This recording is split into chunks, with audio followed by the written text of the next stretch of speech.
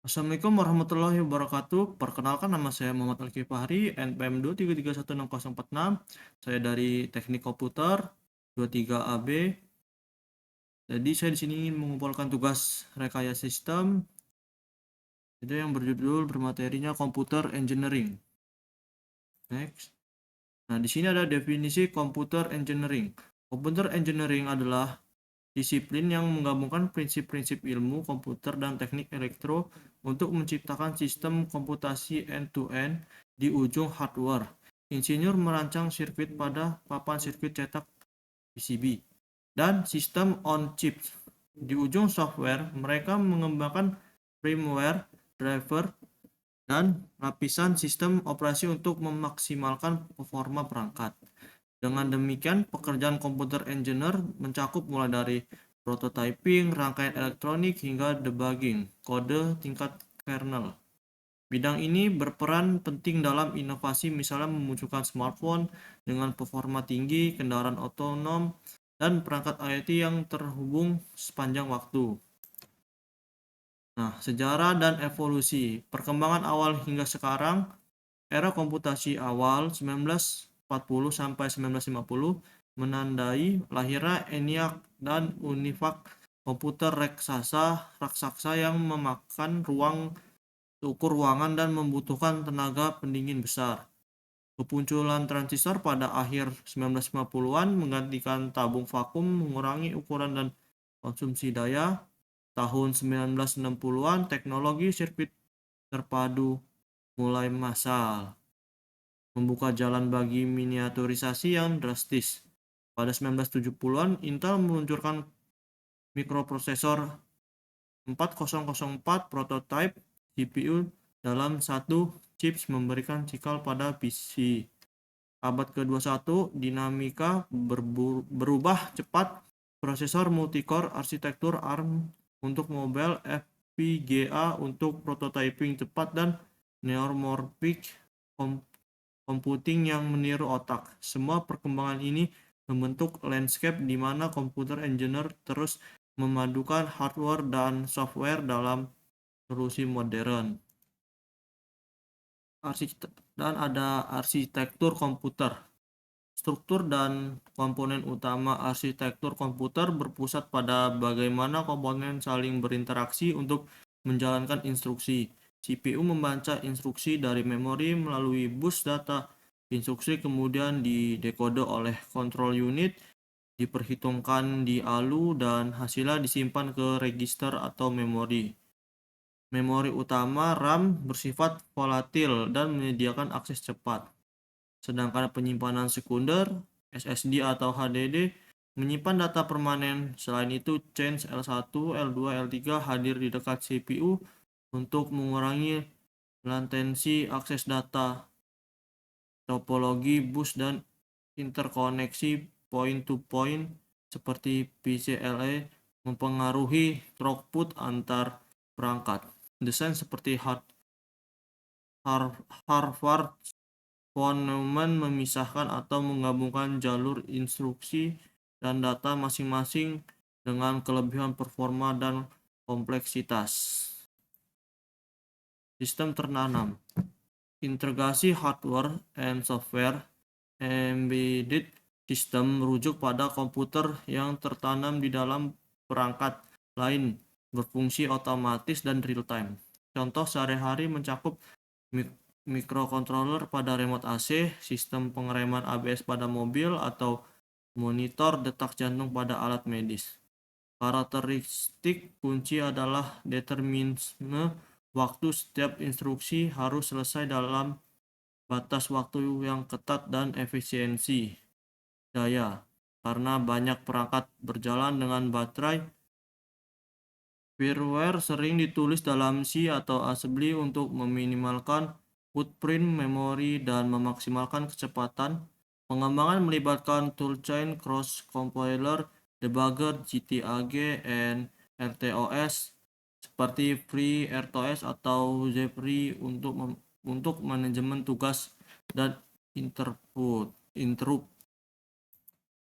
Next, elektronika digital and rangkaian logika, dasar perancangan sirkuit. Elektronika digital menggunakan logika boolean untuk mengolah sinyal diskrit.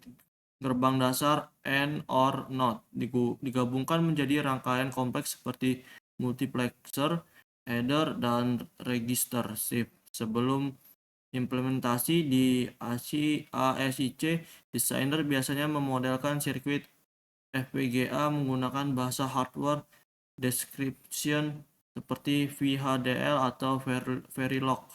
Proses desain hardware meliputi sintesis logika, list and route, dan verifikasi formal untuk memastikan kesesuaian spesifikasi. Keberhasilan rancangan digital ditentukan oleh metrik seperti frekuensi, maksimum area silikon, daya statis atau dinamis, dan toleransi noise pada level transistor.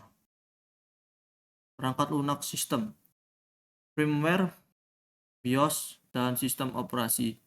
Sistem software bertindak sebagai lapisan perantara. Firmware inisialisasi hardware pada saat power on, memeriksa memori CPU dan peripheral sebelum menyerahkan kontrol ke bootloader.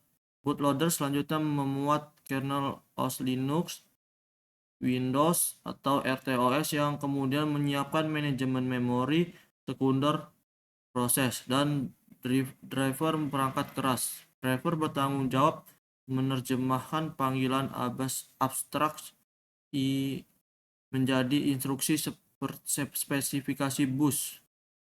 Pada tingkat lebih tinggi, subsistem jaringan file sistem dan keamanan bekerja sama untuk memberikan lingkungan yang stabil bagi aplikasi end user.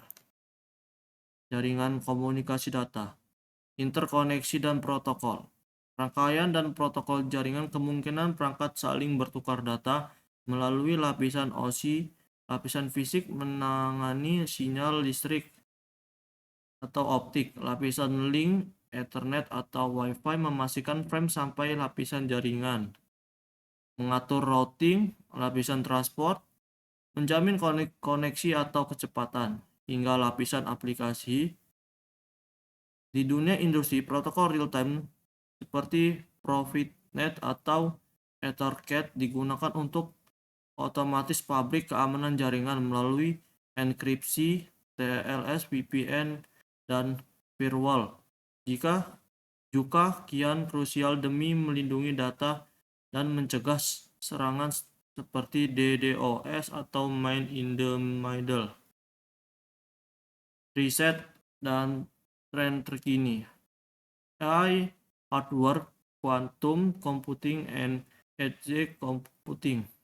Akselerator AI CPU dari Google, GPU, Tensor Core NVIDIA dirancang khusus untuk mengoptimalkan operasi matriks dalam deep learning quantum computing dengan perusahaan seperti IBM dan Rigetti sedang mengeksplorasi qubit superposisi untuk mempercepat perhitungan tertentu, namun masih dihadapkan pada tantangan dekorekte.